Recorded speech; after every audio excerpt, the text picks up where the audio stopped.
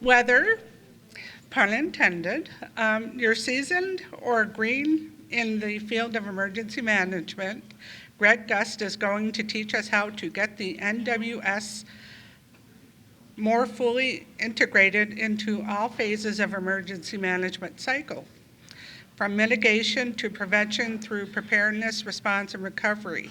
The NWS can provide information, training, and decision support services to help your plan succeed.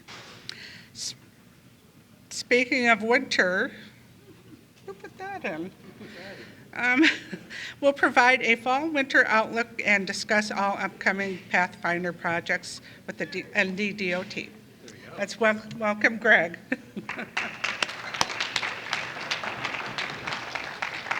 And I already know that none of you are time sensitive, so I'm not going to be worrying about that at all. So of course, the weather guys, right? And right away we realize that we're walking into a crowd, if you will, that's got some ideas of what's going on. We've already got a lot of flack about what the Farmer's Almanac and others are talking about, so we'll get to that. But again, speaking on the stuff now that we've dealt with, or at least been introduced to again on the topics of North Dakota and being the most resilient state and all of those ideas that are out there to push that forward, I want to interject this into that dialogue as well and make sure that that resiliency, that concept of two-way communication, in this case we're talking about weather communication, is firmly entrenched in all you do. So with that, of course, these things, your local emergency planning committees, public education. Now, Skywarn is already tied into most of your communities to some degree or another, but other types of things that we can provide information and support into that we're looking for. Mitigation planning. Where's my mitigation planning people? Are they still out in the hallway? But anyway, again, being involved in that aspect of the state hazard mitigation plan is something that JP and I and Corey were intimately involved with over time. But there are a process that's going on here. Training and exercise. So we would like to be more involved with you in some of the training and exercise activities that go on. So on the next line below that where it says IDSS, in Impacts-Based Decision Support Service, where we can be either on scene or remotely supporting things that are going on as far as an incident in your jurisdiction. Well, in that training and exercise process, we want to make sure that we're also tied in a little bit to that. So again, that's something where you have to help us out in planning for and preparing for that. And then of course into recovery, as we see that can go on and on and on with some of the things that go on around here. And by the way, we are here explicitly to support you. And so this is something that there's been a public law in place now that says warning coordination meteorologists, so that's JP and I, that we have, well, the Weather Service has this relationship with you and we are the custodians. Do we know? Yeah, there we go. We're the custodians of that. We're the program managers for that relationship. Obviously, there's more people involved. We've got Weather Service representation here in a variety of ways, and those people are involved with you in various aspects of support.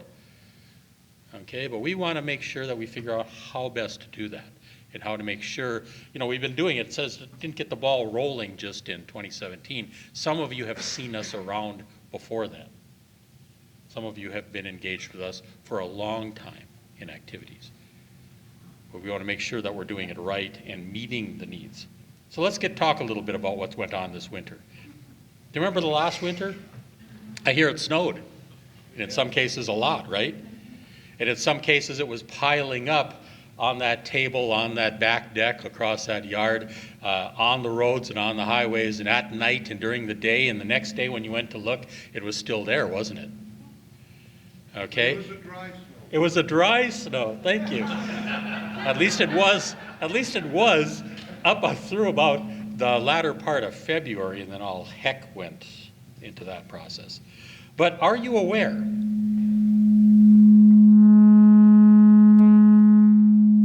Yes, I did that on purpose. I think somebody's playing with me. Dakota Storm Talkers. Okay, so are you aware, and that, are you checking those forecasts out of the Weather Service Bismarck and Grand Forks office regularly? Is that something that you do to make sure that you know what is coming up in that? Are you on an e-blast list? Do you get what, that's an example of a situation report out of our office in Grand Forks that we would email out with an up and coming event. Are you getting things like that in advance of these? Okay, I see some heads nodding, some are nodding off, not yet. And when you get information like that or see things coming, are you checking with your other partners in your jurisdictions so that you're gearing up for what is coming in? Okay, and then, oh, NWS chat. See now, what you notice, what's two-way communication in that process? We're pushing information out, you're checking it, but now, oh wait, talking to your partners, talking back to us about what is going on with these storms. Last winter, measuring snowfall in feet. You know, 2, 3, even 4 feet of snow through the course of a winter is normal. When you start getting those 5, 6, 7, 8 feet, that's generally not a good thing. Here across the state, you can see where the heaviest snow area was overall across the eastern, south central, southeast. And we're talking most of the state 100+% of normal, and a big chunk 200+% of normal. And in there, I mean, again, 35, 40, 45 inches of snow, but when you start getting 90+ inches of snow, is that grounds for trouble? Somewhere there's going to be trouble. Oh yeah, and it was cold and long. I'm buttering you up for the forecast still. Those are all negative numbers, by the way. So even if the red shows up there, that's still 1 degree below normal. And that's for the December, January, February timeframe. In some areas averaging 5, 6, 7 degrees below during that. And then March, April, May, still everything running below normal. So that's off the NDON network looking at that analysis. So you remember that, right? Long winter. 6 solid months of winter and maybe into a 7th, depending on how long it took you to thaw. Where's Misty? Is she still here? From Las Vegas? Okay. Do they have 6 months of frozen ground in Las Vegas? Okay, and then here's some of the other things coming up. So here's an analysis of that midwinter storm, and that snowfall that's occurring. Well, that's the central and eastern part of the map, and you can see, oh, Jamestown down into, I won't mention where Charlie's turf is, but it's down there. Okay, here's off on the eastern side that matches up. Now we call that a crippling blizzard. Well, why? Because it was heavy wet snow, but what else? Well, there was a lot of snow in advance of it, and there was a very strong wind, so it was blowing and reorganizing. Was it crippling in Fargo? Where's my Fargo? I got Fargo split up now. It's kind of split up across there. Well, in Fargo, they were getting rain, mostly. And then from Fargo east, rain. How about Wahpeton? Was it a crippling storm in Wahpeton? It was rain. Okay? But then, just to the west of there was the snow. So again, in that process, what's occurring for two-way communication?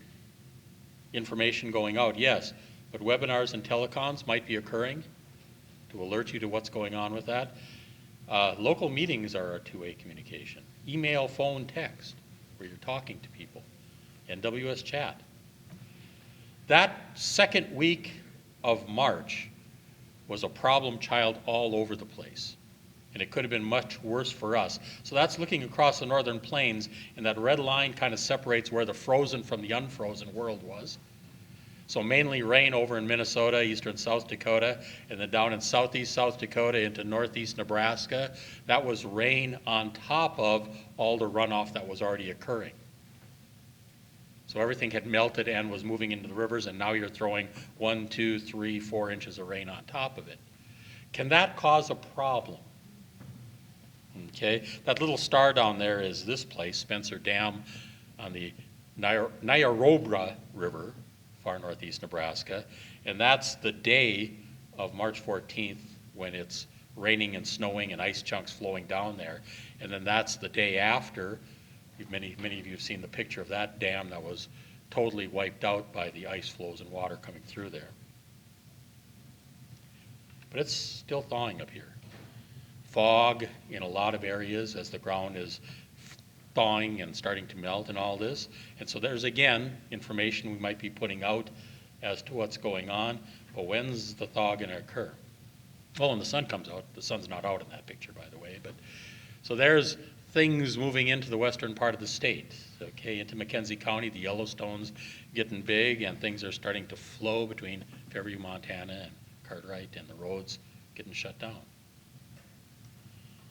Dickey County, there's a Charlie dash cam photo of, it's snow melt. Obviously, there's plenty of snow still in the background, right? And a lot more to come, but things are starting to move. This is down into the headwaters of the Red River Basins. This is on the Minnesota side of the river, but there's water starting to move. And I just wanted to show you this. This is a satellite imagery on the 29th of March. And if you look at that black area in there, that's thawed, and that's water moving along the landscape looking for a river or a stream, and it's eventually going to be flowing into and toward Wahpeton, Breckenridge, and Fargo. So that's mainly water moving overland into streams over on the Minnesota side, and then on the North Dakota side, well, what's still happening? On that Richland County and right in that area, there's still a lot of deep snow, so that hasn't started moving yet, which was a good thing, because that meant water coming into Fargo eventually was coming in pieces instead of all at once. The North Dakota contribution didn't come in until later after the Minnesota side had dumped. So a very important type of process in there. What else is going on? You know, I had to check after Milo, any of you here last night, what was going on down in Emmons County. Well, there's ice flows back at the end of March, you know, working on the Beaver Creek there. And I couldn't, he was talking about May 5th, and I couldn't find May 5th, but there's June and flooding here in Strasburg with heavy rain. So they got flash flooding events in there. So I don't know what he's talking about. Maybe he got, the cows weren't talking. But anyway, through early April, again, this type of messaging, information, what type of things to look forward to, what could be going on. This is out of the Bismarck office again, just prepping you. Okay, the snow's melted, but the water's still moving. Here's coming into Enderlin. There's ice flows. So one of the problems with last winter was the very deep, very long, cold winter and the very deep ice. It was moving slow, and it was not clearing out of those streams quickly, so you were getting a lot more bang for the buck in terms of flooding because it was jammed up in that ice. And so we're seeing a lot more flooding as a result of just ice being slow to move through those rivers. And, now the Guard's mobilizing. So I may have, you know, the days could be off by a day or so in here, but I think that's when the Guard was en route to Dickey County and eventually into Cass with, and that's moving into Lemoore. I'm pretty sure that was a Lemoore picture. I'm guessing, I think that was. What's going on in Fargo? Well, the river's rising. Oh, wait, there's a flood wall going up in Fargo. Not looking too scary yet at that time. Up by Hillsboro, there's water moving across the countryside and flooding over Highway 200 there in places. Up in Grand Forks, ice jamming up against one of the pedestrian bridges there, and ice starting to move and the channel opening up to the north. Fargo, finally on the 7th, it's up against the flood wall in downtown. Oh, there's a flood wall there. There's not a flood wall there. So that's in rural Cass County, and that's just to the northwest of Harwood there. Jason Benson, Cass County engineer, was at the class yesterday morning here. And again, having somebody like Jason that is very well attuned to what you're doing here and very familiar with that is a godsend. You know, so again, more people that you can have from your engineering and in your counties that are trained in this kind of stuff that can grasp what's going on, the better. Just my foot stomp and I'll get back in there. But that's where a ring dike around a small housing area is failing. Okay? And so there needs to be some action there. And again, the biggest activity, and I'm pointing to Jim, and he's looking at something else and all this, but again, the county, the city's saying, oh, we're fine, we're doing good, and what's going on in the county? There's a lot of stuff to do, okay? A lot of big things going on in those rural areas. So as we button up all those communities along the red with permanent protection, what isn't buttoned up? Well, there's still things being mitigated out there. There's still things being removed, but that's big steps. Walsh County, I don't have anything up by Drayton there, Brent. And I don't know, did the bridge stay open all the time at Drayton? Or did they have to close it for a while? Well, right, but it keeps going. Now, what happened? Oh, by the way, when have we had a big flood that we didn't also have additional snow? Okay, and so we have to have more snow, and you can see the patches of water showing up there around the Fargo-Moorhead up to the northwest and north from there, and then north from Grand Forks, the big swale that develops from Manville up through Oslo, heading toward Drayton and northward. So that's 8, 9, 10 miles wide of water again. And then, of course, you got water that's still all over the place, and snow and ice, and people that don't know what to do on snow and ice with water and ditches that are full. And Grand Forks, and the bridges are closed, and the flood walls are up, and water's flowing across the approach to the downtown bridge. You can see that. And this is off the Minnesota side. The North Dakota side, I think the road stayed closed there for quite a while. It's about a half a foot lower or a foot lower. So, looking at that last spring flood, was it a top 10 flood? And I just circled a bunch of those sites along there. So you're looking over at the Missouri River west of Williston there, where that was the second highest, at least in the modern era, since 2011. Down there at the Little Missouri coming up, 4th place overall. Ice affected and breakouts coming into Mandan from the west. I don't have good pictures of that. 12th place overall, it's at Apple Creek, I think, coming in from the east into Bismarck. Down there down at Linton, coming in on Beaver Creek, that's 5th place overall in the record books. 6th place on the James at Lemoore. And then up and down the red, I had 16th place at Wapton Breckenridge. Well, what's going on in Wapton Breckenridge? There's a diversion. And 25% of the flow, or more, that would have come into Wahpeton is being diverted around town. So if that diversion wasn't there, it would have been the 5th highest. Okay? And then up and down, all through those areas. But all of those cities now along there have some form of protection along. So a whole lot of mitigation has been done in that work. And Brett, you're very close to having diversion, but you didn't have a big flow coming in on the Park River. And you didn't have it on the Pembina River this year. So again, the flow coming in into the far northeast sector was down. Less snow melt. And disaster declarations for the state, same areas. And I put this in there as a poke because it's only $10.5 million on this PDA. Only. Prior to 97, a flood like this would have been much more disastrous prior to all that mitigation. So overall, how did it go? For a lot of us, it was the first large-scale statewide impact since 2011. There were a lot of new people in the game. So when we were going to flood meetings and meeting with people, a lot of times half the people in the room had not been in a big flood or had to work in that role in a big flood. So again, the importance of keeping up and training on things through time, because there's changeover and there's people that phase out and come in. So again, we had a good lead up to a threat. To a degree, on the north end of the Red River Basin, we were overstating the risk up there a bit. When we got into the 7-day forecast, where it's actually dealing with real water, we were hitting spot on pretty much with those forecasts coming in. So you had that type. A lot of good interagency messaging. But what else?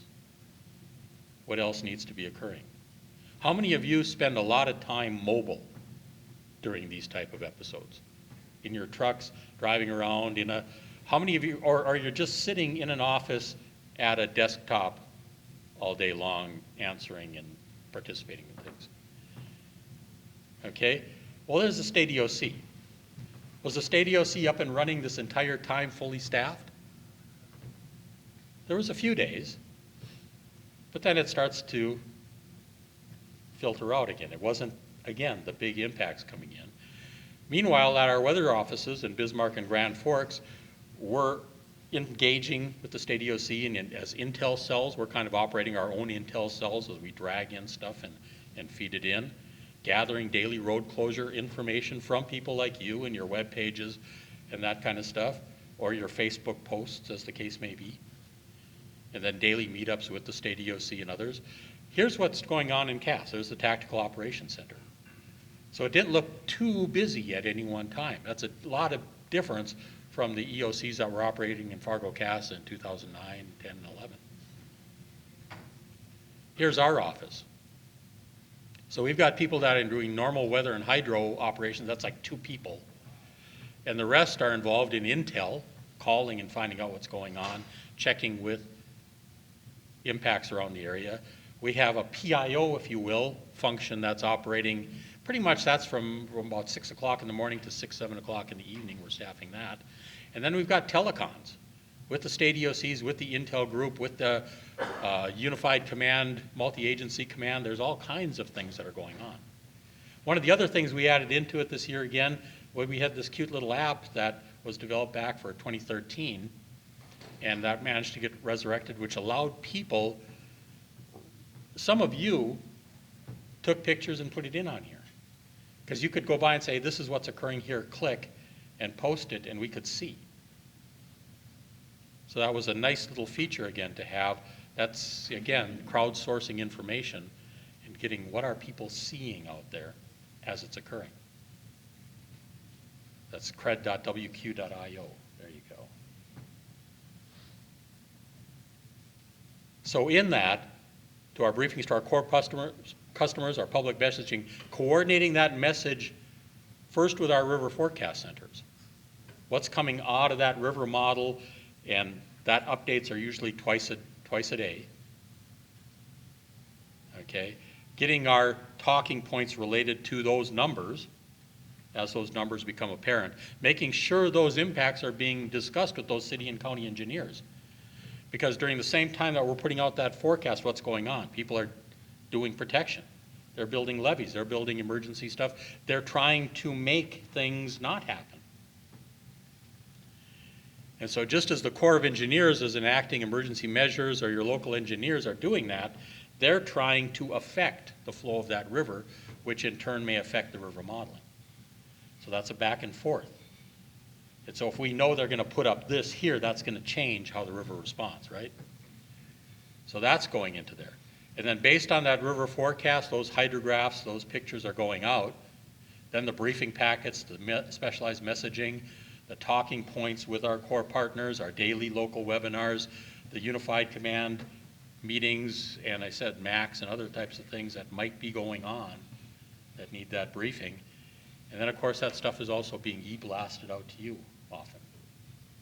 So again, where are you in that information flow? Because we want you to be in that information flow as part of your planning P and as part of ours. So again, did that two-way communication work? Did you see that occurring? Was there parts of that where you weren't getting information? We need to know that. Just a shout out, and I put this on here, the office in Omaha, Nebraska, the Weather Service office, they're the other Weather Service office now that has had to evacuate because of flooding. Which is the first weather office that had to do that? Well, that'd be Grand Forks. Okay. Omaha's office is between 2 rivers, both of them flooding and dikes failing. And there's water surrounding the office. You can see the golf ball, or up on the radar there. And then all the way down the Missouri system and the Mississippi system, that type of situation reports and support was going on by all these offices down through, that's into mid-May, into mid-June, still chasing that down the rivers. And at least weekly telecons occurring on that whole river system as to what's going on. So again, big, wet, and ugly through that spring session. And fortunately, not as wet and ugly up here as it could have been. So we congratulate South Dakota, southern Minnesota, Nebraska on picking up all that extra rain for us. Meanwhile, what's going on up here? Well, so this is through now looking into from October in through the spring season. The north central northeast was staying a bit dry. The southern part of the state still staying pretty wet. Who was in the fields first? It was surprising to me to see people by Brent's back door out in the field a lot sooner than people outside of Jim's back door or Brett's back door. To see Walsh County and Pembina County in the fields before Richland County. So another shout out. Again, mitigation matters and how it adds into things. And those partnerships matter. And wait a minute, didn't I see those people before? Who was here last night again? Could have there been award collusion going on? Okay, wait a minute. Now, this adds a whole new wrinkle. But anyway, in that Mitigation Matters article, these are questions posed by John Paul Martin in there. So on average, how many tornadoes does North Dakota experience in a year? Think on this. Who read our newsletter? Yeah, who read that newsletter? Why do tornadoes in the northern hemisphere almost always rotate counterclockwise? What is the record for the largest hailstone in the state? Do you have your answers? Are you ready? How many tornadoes on average? 3 in your county? 3 in the state? Who goes 4? 5? 7? How many of you have been in a How many of you have been in a Skywarn class in the last 10 years? Okay. So obviously, no. But going back to 1950, averaging out, there was 23 tornadoes per year in the state. But if you just look back to 1990, call it the modern era and the advent of more radars, and eventually it's 31.2. Okay? Because we're reporting more, we're recording more, we're getting more into the database. Okay? I say on the eastern side of the state, it's on average 1 per county per year. Except for Cass. Since they're too big, they get 2. Oh, wait. You've been shy for a couple of years now. Coriolis effect. Biggest hailstone? Come on. You got to know that. That's the 5-inch, right? Tied the record. So the latest one was down at Prairie Knights Casino here in 2010. There is an 8-inch hailstone in the record books south of Warwick, but it was 2 big hailstones fused together. So it doesn't count. Darn. So are our communications in the summer two-way? Are we talking to each other when we need to? Are you getting information? And if, can they be more so? And how can they be more so? Because when you start getting into things like tornadoes and big storms and big floods, when you start getting into high impact event, we need to be talking, right? There's our convective season events to date for this year. You can't tell what all those little things are, so I'll focus in. 14 tornadoes only. What the heck? Only half. It was cold this year, or that spring. Slow start to things. Only 14. Only a couple EF1s. Gosh, you should at least have an EF2 or 3 each year, right? Doggone it. Come on, people. Step up to the plate. Okay. Hail. When I put this together, there were only 5 that had 2-inch or larger hailstones. So there's a whole lot of hail events out there of 1 inch, 1.5 inches, 1 3/4, but only 5 had 2-inch. Well, then we had 3 events on this last Sunday. And the largest one was north there of of McCluskey, 6 North with 2.75 inch. Here in Bismarck, you had a 5-inch report on that. So, and Bismarck also is in there with the flash floods, as is Emmons County. And who's that other county on the other side of the river? I have to ask because I get west of the river so few times. Flash flooding. And then, of course, extreme wind events. So only 18 that have reached 75 mile an hour or greater. And that 90 mile an hour one down there, oh, that's in conjunction with a tornado there by Mott. So that's a near brush of an end-on station that picked up a 90 mile an hour. So that may be double dipping. JP threw this at me and said, oh, this would be good. So not all of our warnings, not all of our events have perfect warning. This is a Montana event, and this was in People magazine, or is it just on their online? Okay, so they're ragging on the fact that there's 11,000 birds in Montana killed, and they maybe didn't get the warning.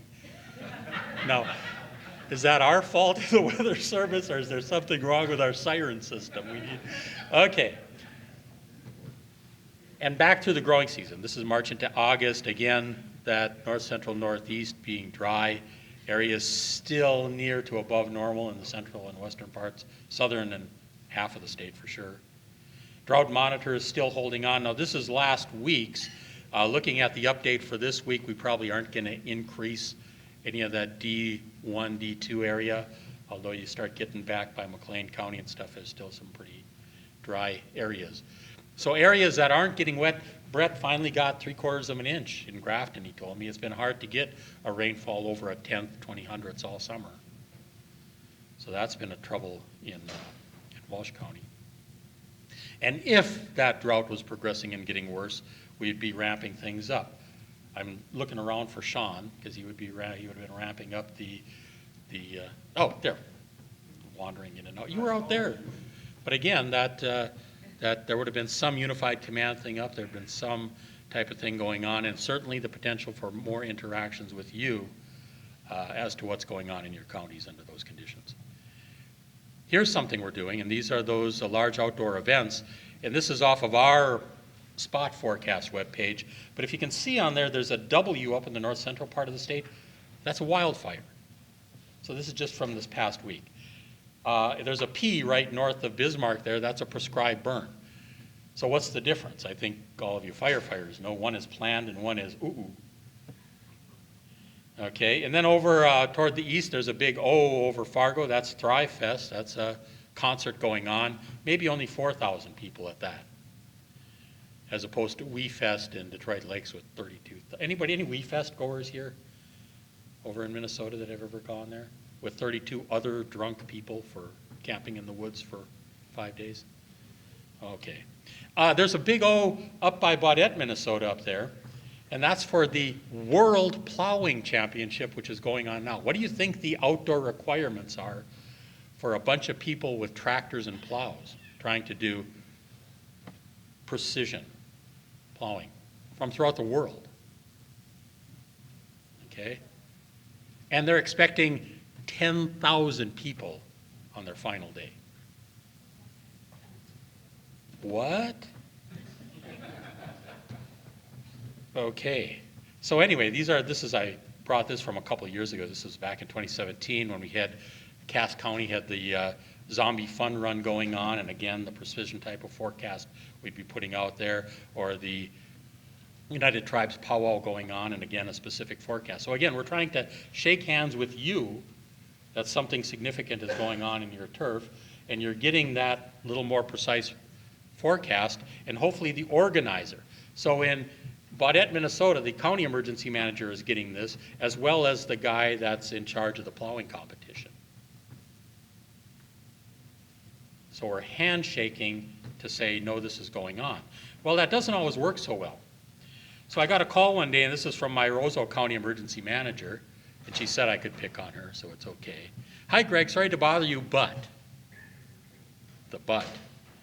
Had a little problem at the fair. Our fair manager was concerned about some nearby thunderstorms, and Number one, he didn't get a call, meaning from us, the Weather Service, and he didn't know who to call. So right off the bat, there's a problem because in our office, why weren't we calling? And that's an internal, and then why didn't he know who to call? So there's storms, and the fairgrounds north of Roseau, Minnesota is at Star, and you can see there's some showers coming through there, that's mid-afternoon, and there's some stronger stuff and warnings going on to the south of him. So number one, he should have been getting a call, right? Because there's sprinkles, there could be lightning in the area, and there's showers coming through the fairgrounds. Not a big deal, but we should have called him to let him know, because we told him we'd be watching out for this stuff, and we didn't call. But meanwhile, we're putting out warnings to the south, so he's watching down there and wondering if he's gonna have to pull things that are going on outside. So he wants to know, is this gonna affect me later on this afternoon? And the problem is here. So we had set this up with him, that type of event form that we worked out with a lot of you on these type of things. And in there we've got what the service. We're gonna send him an email in the morning, and then we're gonna follow up with a call if anything hazardous starts to approach. And who's gonna get the email? Well, that's Sue, the emergency manager. But who needs the information? Well, that's Richard, he's the fair manager. And if you'll notice in there, there's a block of secondary contact that's not filled out.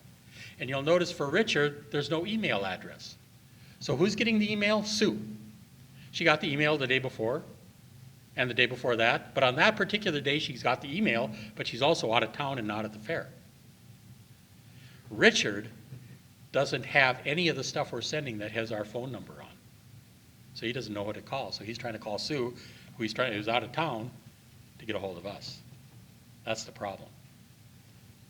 So we have to make sure that's not happening. But there was a special forecast out there.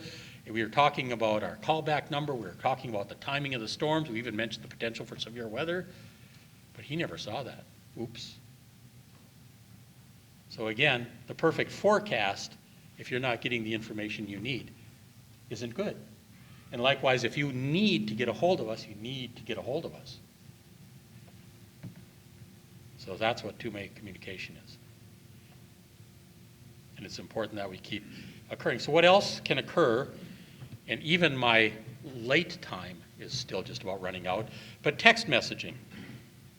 And I say this very carefully, but I've noticed that a bunch of you know how to text message JP and I. You know how to get a hold of us when you need to.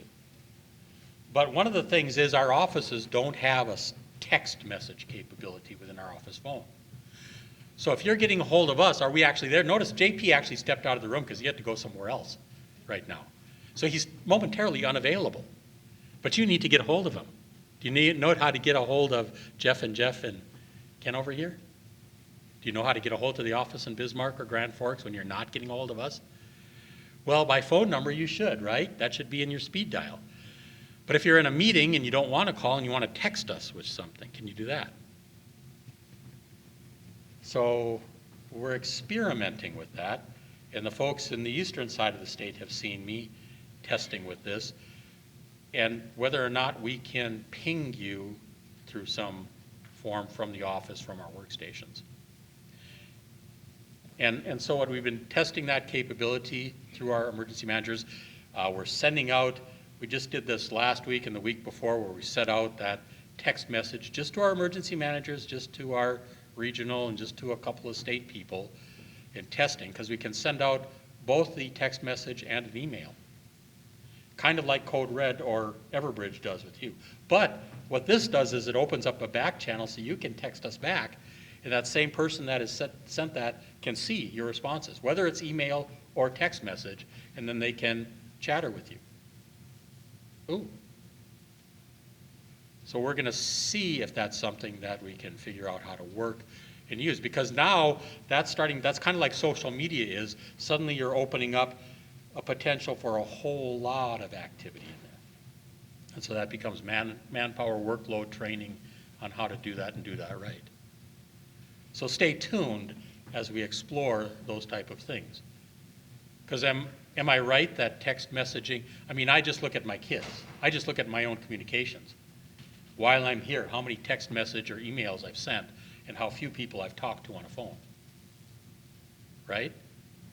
So sometimes you just need to be able to ping those, so. Okay, I know you're ready for the other speaker. I'm not getting enough head. You need to do this. Let me know that you're still awake. Okay, what else is coming up? Pathfinder. This is with the North Dakota DOT primarily as a project, similar to things that have been going on in Wyoming and Minnesota. National Weather Service, Iteris is that company that actually started, again, out of an office near University of North Dakota campus, and it was providing road weather information, you know, the road weather sensors that are out on the highways. But the Weather Service is providing the weather forecast snow amounts. Iteris is looking at the road conditions and the temperatures on the roads, and then the DOT on how they're going to use that information to plan their attack strategies for the highways. So that project is just starting to get off the ground in North Dakota. We've had some initial meetings with that. NW's chat account is set up with the North Dakota DOT for this, and then they're going to be doing some planning, equipment, and practice stuff through this winter season. So you'll be hearing more later. Maybe not much this winter yet, but we'll see. The advantages of that, though, because we've been doing that in Minnesota now for 2 years. This is from a storm January of 2018. And there's a ground blizzard in the valley, and you can see on the satellite imagery in the middle, I can see anyway, but I can see blowing snow in the valley. And I can look at what our blizzard warning was earlier in the day, and I can see that, wait a minute, satellite imagery or our webcam is showing clear skies over there to the west of Grand Forks, our clear roads. There's cameras on the snowplows.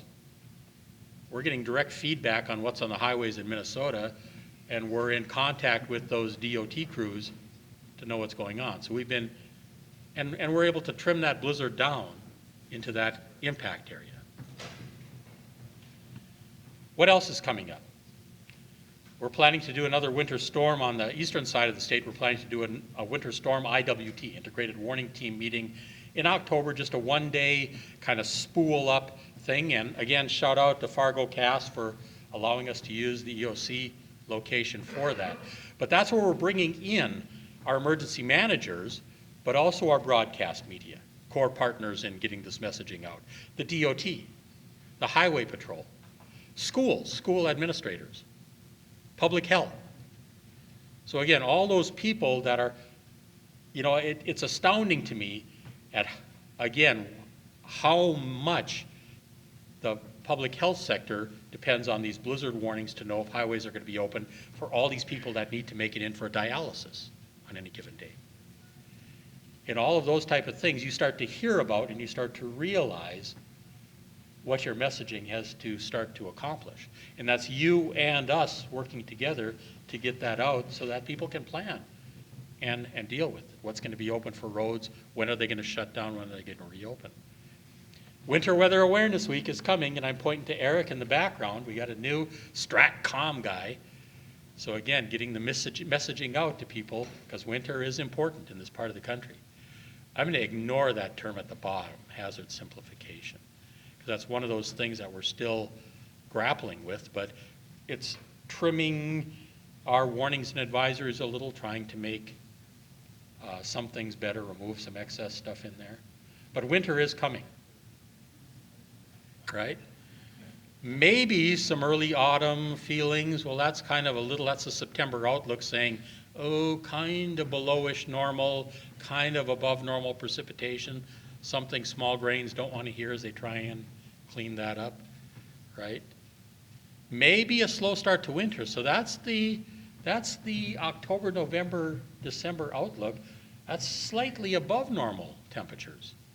Notice that not so sure, very light tan is right over the state of North Dakota.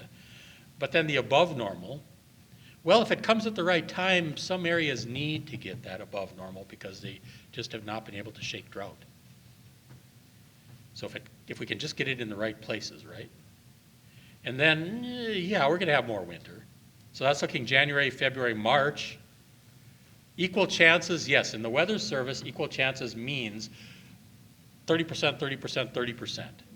30%, 33 and a third percent chance of above, 33 and a third percent chance of below, 33 and a third percent chance of normal. Meaning we don't have a bloody clue. and maybe above normal precipitation. But you've all heard about this. So that was all on the news the minute I walked in yesterday. And everybody's saying, oh, it's going to be frigid and snowy because that's the Farmer's Almanac. Okay, that's their area they're looking at. And that frigid and snowy. While the old Farmer's Almanac has a different thing. And if they're looking just on that area here on the high plains, and they're saying winter will be milder than normal in the north. Oh, that's us, in the north. And colder than normal in the south, with slightly above normal precipitation. So that's actually very close to what our Climate Prediction Center is saying. So just saying, you got a lot of different, and you got woolly caterpillars out there. And I didn't bring any of them in here to show you what they look like. And who knows what the spring will come. But make sure our two-way communication is in place. Make sure you're getting our messaging. And make sure you're talking to us. Get on NWS chat and let us know what's going on. Get in there and we'll see. We'll experiment more with these texting type things, but call us. If you need to know what the weather is doing, call us.